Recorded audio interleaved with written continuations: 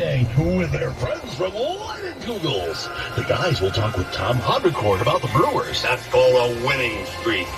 It has happened before. They'll try some beer, and they'll talk about stuff. We're going to have a conversation about that. In other words, it's a normal Friday. Mr. Costanza, Mr. Penske's here to see you. And now, live from the Brick Pub and Grill in Glendale, here are Drew and KB. There's something wrong with us. Something very, very wrong with us. Did we just become best friends? Yep. No, senor! No, senor! No, senor! Man, I am a walking, talking, living, breathing bad decision. He's like a son I never had. Oh, my daughter's transitioning. Well, what's the show about? It's about nothing. Don't ask me to do nothing! This is nothing! You're a clever man. But you're not half as clever as you think you are. Leave the gun. I think they're only... Andrew, you are not the father. Yeah. Time to sweep the leg, Johnny. Hey, it's just two people doing what comes beautiful and naturally. You know, except one of them's just got millions of microscopic dust mites on his penis and testicles. So, due respect, sir, I believe this is going to be our finest hour.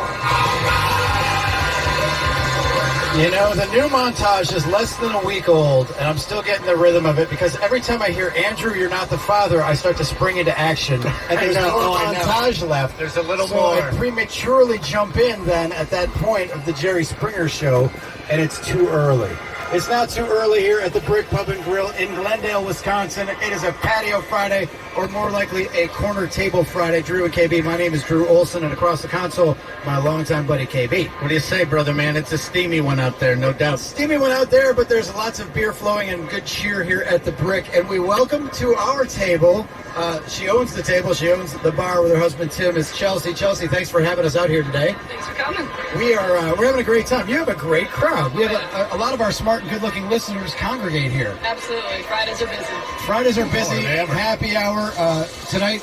No matter how hot it is, people order fish fries. Well, Yeah. We'll have a full house tonight. Patio's probably too. I'm telling you, that's tough on a cook.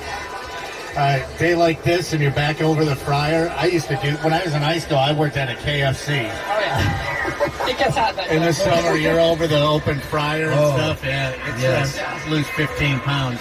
Yes. So, Chelsea, you and your husband Tim own and operate this place. It is a family legacy type deal. You're following in the footsteps of Uncle Louie, right? Absolutely. Or Grandpa Louie. Grandpa Louie and then Uncle Billy second. So we both grew up here in Glendale. Tim's family, Uncle Louie or Grandpa Louie and Uncle Billy, ran the place through the 90s.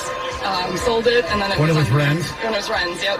It was sold under other ownership until Mike Miniacci. Yep, and it was Minnie's Minnie's for a while. and then it was closed for a while, and then Tim and I got our hands on it, remodeled the place for about 9 months, and It looks fantastic. Yep. It absolutely does. It's we love the Horseshoe Bar to start with. That's like our favorite thing because you're not just looking at the bartender, you're looking at the other patrons, which is that forges a sense of community in a bar. We're big fans of the Horseshoe Bar. yeah, we love it. It's And great. then we've also had some of your food. The food is good, obviously. That's what keeps people coming back too. But there's just a feeling here. The people that I told we were coming here, they're like, "Oh, I'm there all the time. Oh, I'm there a couple times a month. Oh," I have a feeling that your people, and not even necessarily your regulars and semi-regulars, come here and always see people they know. Absolutely, yeah, we love that. You come in, you're going to know somebody, and if you don't, you're going to meet the person next to you. I came in and knew somebody. Well, yeah, George Thompson. George. Our buddy Mark Big George is Bloodstein. always here. Mark the Wildcat is here. George, we got Ari Gold is here. We got a whole bunch of people that we know that we told to come here, but they're like, I already go there. I'll see you there. Yeah, it's on my list anyway. So, what's your signature item?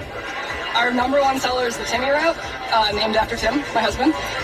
It's got chicken, you can get it grilled or crispy, bacon, and a secret Timmy sauce along with cheese. Secret Timmy sauce. Is it kept in a safe? Is it kept in a safe deposit box, or? It's got a little kick to it, but that's all I can really say. But we sell that more than anything. Really? Okay, Yeah. so we know Fridays are busy because we're here and it's getting to be happy hour. People Man, are it's it ever. swinging by. So what is your favorite time of the year to operate the Brick Pub and Grill? I love Packer season. I bartend Packer games. It's a blast. We get a good crowd. crowd. Oh boy. So wait, do you like Packer games that start at noon with the Bloodies, or do you like them night games, after dinner and have people for dinner and wings and stuff? I'd say noon. We get our best crowd for noon, actually, because people come out. We have a brunch on Sundays from 9 to noon, so we get a crowd for that. They stay for the game, and then they can get to bed or whatever and get to work Monday morning. Oh, Okay, so I've got to ask you this, because Drew brought it up, and I know you're going to give the diplomatic answer, but, I mean, you can give the real answer. As a bartender, where do you stand on the nighttime Bloody Mary, making it?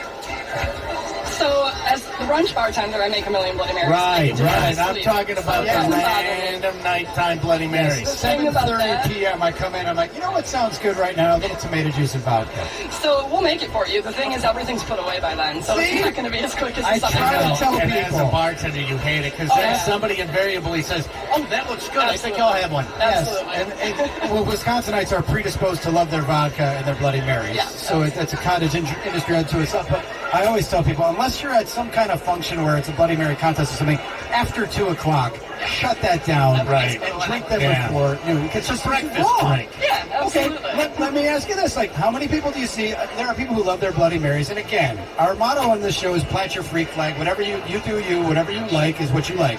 But you have to have a sense of decorum about it. Because how many people show up at a bar at 7 o'clock and say, I think I'm feeling a mimosa. Can you get that champagne and orange juice out? Mimosas should only be served as all-you-can-drink mimosas. Bottomless. It's bottomless mimosa. This is not, you just don't have a mimosa. No. Yes. Somebody was telling me they have bottomless High Life here at the Brick. It's all the Miller High Life you can buy. Really, it's bottomless. Yeah, I'm sure I can Okay, guess have you that. ever run out of a Miller product or anything? Have you ever run out? Have you ever come dangerously close on a Packer Sunday to running out of Miller We products? have run out of Miller Lite on tap before. Absolutely. We have to talk to Jim Cantor and get this record We'll get rectified to right that. now. We'll get the trucks rolling in. Yeah, and we'll have ordered a lot. It's just sometimes we do a pitcher special for Miller Lite on the weekends, so they just fly Oh my off the God. shelves. Okay, I'll throw this one at you, because we do a tavern poll of the game, much the same as the Brewers do a tavern of the game. In fact, we kind of stole it from them, but it's a poll. So obviously, you are our official sponsor of the tavern poll of the day, which is, and I'm going to throw this at you, see what you answer. What is the GOAT of supermarket ice cream-based treats? The greatest of all time, ice cream-based treats that you can get in a supermarket. Is it the Drumstick, the Dove Bar, the M&M ice cream sandwich, the M&M cookie ice cream sandwich, the Chipwich, or a Klondike bar? I'm going to go with Dove Bar. Dove Bar. Okay. They're rich and delicious. Yeah, Dove Bar is at 15%. Right now, Dove Bar is like the champagne of those treats, though. That's like you have to have an educated palate. She's in the hospitality industry. Chelsea, who's the proprietor here at the Brick, she knows she has an educated palate. So the Dove Bar is the rich chocolate, like the darker chocolate. Yes, I can see why you would say that. Now, Eric tweets at the show and he says, that's a tough one. Dove has the best chocolate. Klondike has superior ice cream, but the Drumstick is a 5-tool ice cream. Drumstick was my second choice. The Drumstick has that little chocolate, thing at the bottom. Yeah. Is there a name for that in the industry? We got to find that out. The little chocolate at the bottom, which is amazing. No, okay, so we decided, decorum says no Bloody Marys after 2 o'clock. That'd be appreciated. You'll make them, but you're not a fan of it. See, that's the thing. Bartenders will make anything you ask, Absolutely. but they're not going to be a fan of you. And then when the place gets busy, then they're gonna stay away from your end of the bar because you are extra labor and Right. labor intensive, and you're gonna have to tip extra if you buy a Bloody Mary after 2 o'clock in the afternoon. Do you have a signature drink? Our signature, I would go with our Bloody because it comes in a big mug, and we have lots of like string cheese. But then that's the most popular. Our signature, we've got a brick punch, which is great on a patio day like today. Yeah. And that's a mix of mango, vodka. You get lemonade and some pineapple juice in there and shake it up. It's really So tropical.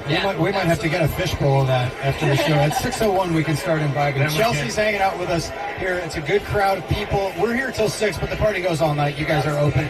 And I imagine you guys are, this is such a community feel here. I imagine you're active with softball teams and get teams coming and going because the park is across the way.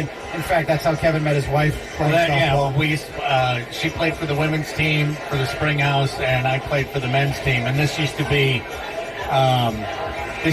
our equivalent, and we won't get into the explanation of the Ho Chi Minh Trail, which was Donnie Johnson's Green 7 to Wren's to the Silver Spring House. Oh, yeah. And then I lived up north, and we used to pretty much shut it down at Kelly's when it was, and now it's Libby, Montana. Yeah. Okay. But that was the run of Green Bay Avenue. That was the run. That was the history. So yeah, I mean, obviously with the park right here. We do a lot of softball sponsorships. We also have Glendale Little League fields are right around Right the corner. around the corner, too. sure. So actually, a lot of this crowd are the parents of one of our teams that are going to be playing at 5:30 for the state. They're in the state tournament. Oh, to go to the state. So Oh, they that's will all be cool. here afterwards, hopefully celebrating victory. Bitching and complaining We about can getting tell you screwed over don't, by the umps. you don't have to live on Glendale or even the North Shore, because I've seen people here from Whitefish Bay, Fox Point. You don't have to live in Glendale or even the North Shore to feel welcome here and at home. You're gonna, like we said, you're gonna find somebody you know. Yeah, absolutely. You grew up in this area. I did, yeah. So how weird is that? I think to be part of the fabric, to be working here and doing what you know. I get a lot of teachers that I had come in, and it's weird to call them by like their Oh, first really? name. Yeah. So that's always beautiful. interesting. But it's a little easier now with those first couple of months when people will come in and say like, "Hey, Mrs. So and So or Mr. So and So." Oh, that's beautiful. What's it like to own the bar that you used to drink in underage? I never did. That. Okay. You don't have any pictures. Stand in the dark. Just a stab. When it comes to division of labor, how do you and Tim do it? Because I always wonder when husbands and wives work together, that's gonna be tough. how does it work? Well, when Ron's scene, I do most like a lot of the front of the house. I'll jump in and help with the bar. He bartends too, but he is really good in the kitchen. Whereas I'm not. You're not going to find me in the kitchen cooking. So if he needs to jump back, he'll help in the kitchen. If you're off-site, he does a lot of when it comes to ordering and vendors and such like that. I do a lot of the HR and marketing. I was a marketing major, so I do a lot of the social media. And Okay. But you do, because I walked in, so a lot of my friends listed, you do music here too. Yeah, every Wednesday night throughout the year, and then we do Saturday nights from Labor Day to Memorial Day. We don't do it in the summer. There's just too much going on elsewhere in the summer. But we got a good group of, I would say, 7 or 8 guys that come in throughout. Because we were with Phil. Phil plays here all the Oh, time. yeah, Phil, Phil's great. Chris Crow, Joe Ray, all those guys. Yeah, they're So wonderful. there's always something happening, is what you're telling us Yeah, here at the yeah, break. pretty much. You can, and it is a sense of community. I don't want to call it cheers like, but it is. You can see people walk in and people react, and like they know it's a community bar here. And Absolutely. that's why we like it. And we've been blessed with a great staff. We don't have a lot of turnover, so a lot of our customers get to know the servers, get to know the bartenders. They even know the cooks, and people know what they like to eat, what they like to drink. So if I came in for a fish fry, can I eat it at the bar? Yeah, absolutely. Okay, good. That's big for me. He likes elbows on the I'm bar. an elbows on the bar guy. Yeah, he likes to eat at the bar. Absolutely. He and his wife don't like to look lovingly across the table at each other. They sit next to the bar and stare ahead at the bartender and the TVs. Tim and I are the same way. We do the bar way. That's the way. So you know what I'm talking about. Yes. Chelsea, thanks for having us. Yeah, We sure. appreciate it. And our friends at Miller Coors, too.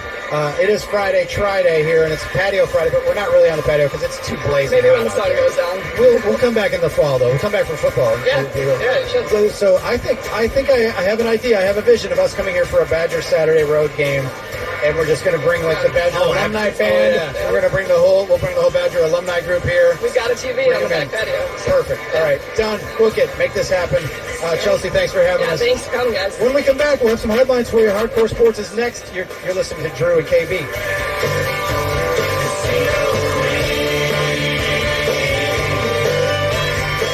Hi, Tom Bodine.